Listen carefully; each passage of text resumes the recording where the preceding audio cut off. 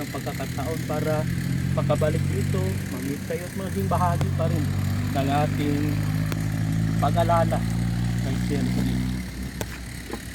Noong 40 days, ating pinagnilayan ang kamatayan ni Chelsea.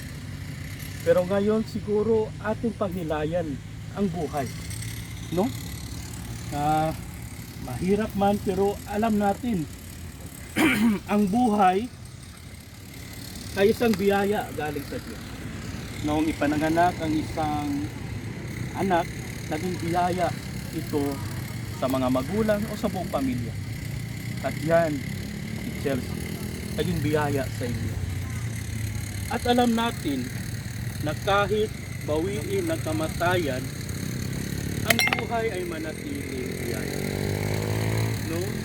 I am impressed na hindi nyo nakaligtaan na i-celebrate ang kanyang birthday.